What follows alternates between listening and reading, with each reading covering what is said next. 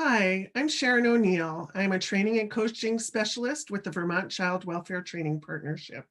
Thank you for joining me today for Kinship Connections, number 7, using creativity and art making to connect with children and youth. Before we get started, I'd like to pause so that you can go get a piece of paper and a pen or a marker if you don't already have one near you. We will be using this in just a bit.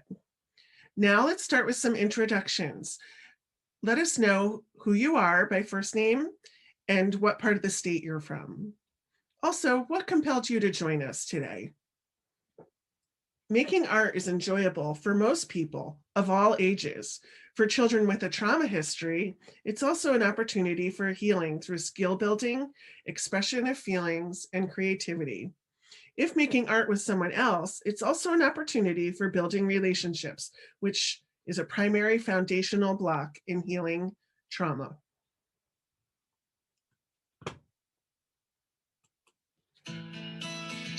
Art is important for all children. Let's go over some reasons why. Helps to develop gross and fine motor skills. Develops language skills as a child talks with you about what they made. Brings joy and happiness. Helps to express emotions. Builds creativity skills and expression.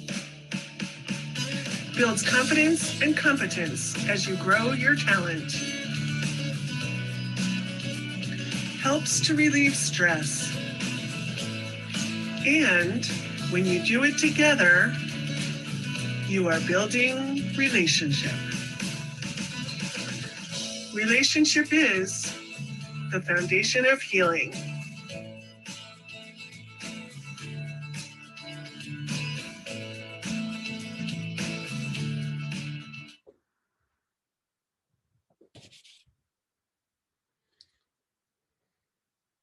Keep in mind that art and creating is therapeutic, and it is not your role to be the therapist.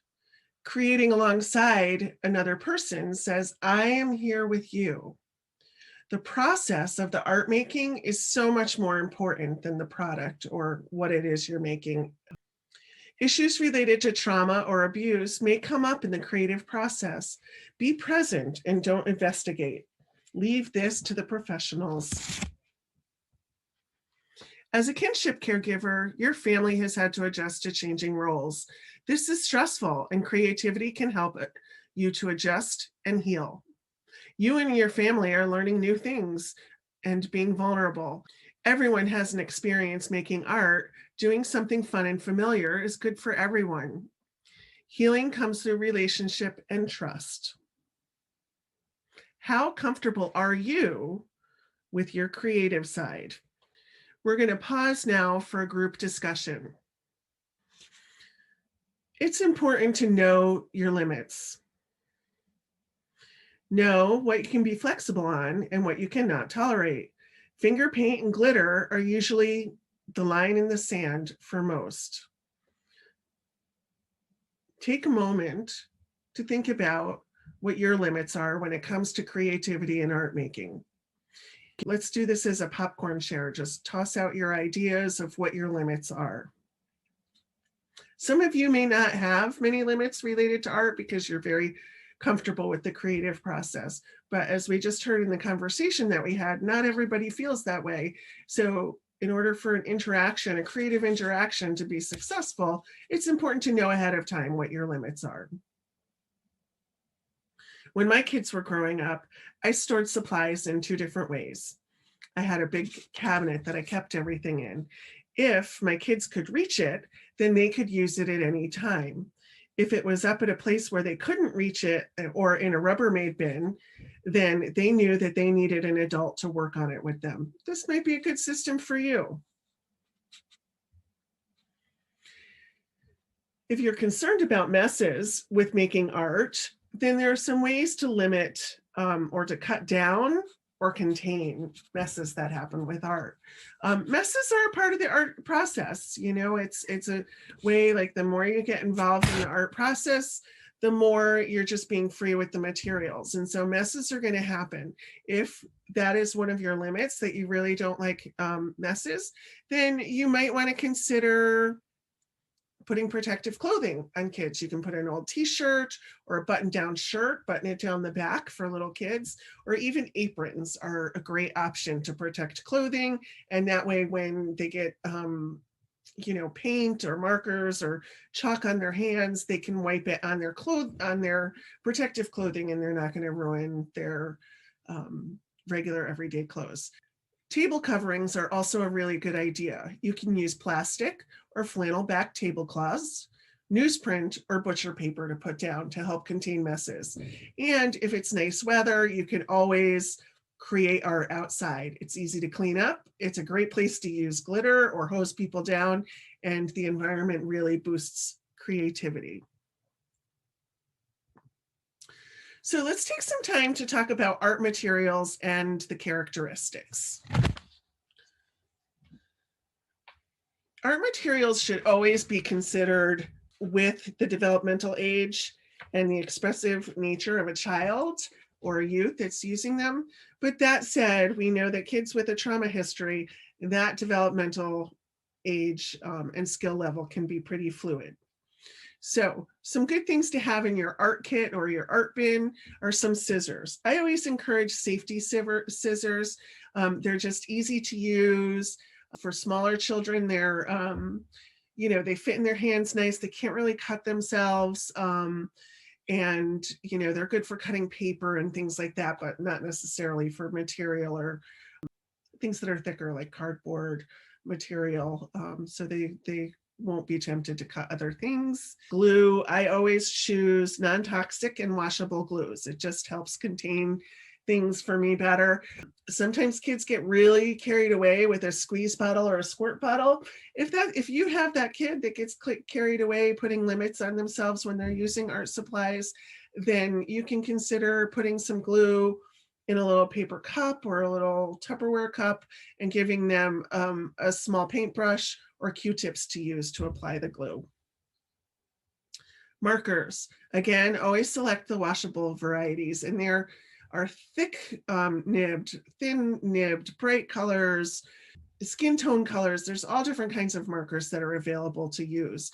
And markers are really good for, you know, markers, crayons, they're really good for controlled art making because, you know, it makes fine lines in general.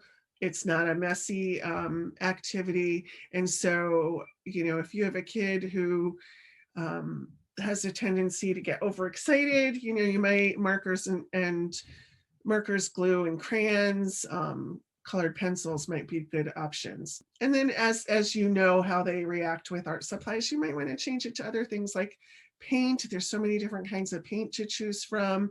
There's puff paint, fabric paint, finger paint. There's, oh my gosh, what else? Poster paint, like there are so many different kinds of paint, and you can water paints down to use as watercolor paint, or you can put some shaving cream in it that makes it nice and thick and creamy, which is a really sensory experience. I also really appreciate collage materials. And so for collage materials, I always have recycled wrapping paper, tissue paper, old calendars, postcards, greeting cards, sequins, ribbon, maps, really anything goes. And I have a couple of large totes that I keep collage materials in. And so when we feel like doing collage, we just take out those totes, we grab some cardboard or mat board or canvases, and we get going on doing some collage. I also always have a collection of styrofoam trays and cardboard. Those are also good for collage, but they're also good for using as palettes, you know, where you can squeeze some paint out or some glue, and it makes a nice portable contained surface for those supplies that might be a little bit messier. Glitter, ways if you really have a kid who wants to use glitter and you know, that glitter is one of your spots that you, one of your limits that you don't like it, you can mix glitter with glue. I prefer mixing glitter into the glue and using a paintbrush or a Q-tip to apply it rather than the glitter glue that comes in the little tube bottles, because I find that kids, no matter what their history is, they just really squeeze that glue out a lot, and then they become disappointed that their art project isn't drying. And so, you know, I think know what you're comfortable with, know the kids that you're doing artwork with, and make your choice. I recently discovered markers, that brightly colored markers that write on the window, and my grandson and I have a great time playing with those. He sits on one side, I sit on the other, and we kind of draw together, and that's a lot of fun. We already discussed that not everybody is comfortable just having a pile of supplies and opening up your cabinet or your bin to look at your art supplies to decide what kind of project you want to do. So I made this video for those people who need or want some project ideas for a little inspiration. I like art because you could do stuff that you don't know that you could do. It's kind of like putting like your mind on a piece of paper. You can make masterpieces. I love art because there's no mistakes. Art is so important as a way of self-expression. It's a way for kids to learn about themselves, express their feelings, learn about the world around them, feel challenged. They really feel good about themselves, and it builds their self-esteem.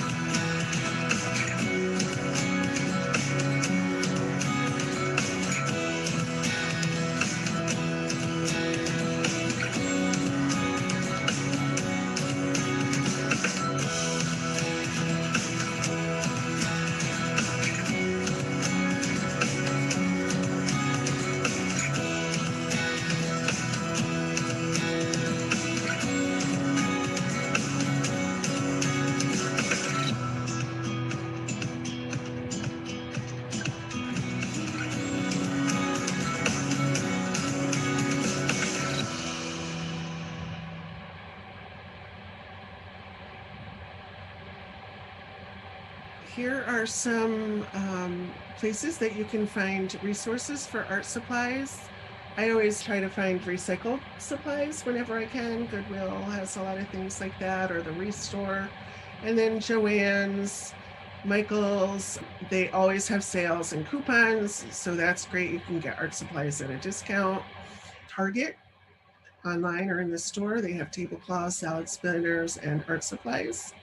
So earlier I mentioned tissue and wrapping paper. Whenever I go to a birthday party or a baby shower, I sort through the stuff there because people tend to have really nice wrapping paper and tissue paper for those things. So I tend to go through the paper bags afterwards and take some stuff that I wanted. Good source for newsprint. Most locally owned newspaper places, they have end rolls of newsprint that has no print on it. And it's usually either free or it's a couple bucks to buy a big tube of that. And I always have some of that at home to use for art supplies or whatever, paper mache, things like that. Oriental Trading Company and Dick Blick are also two sources that I use for art supplies.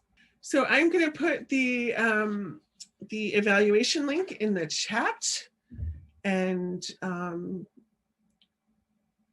thanks for coming today.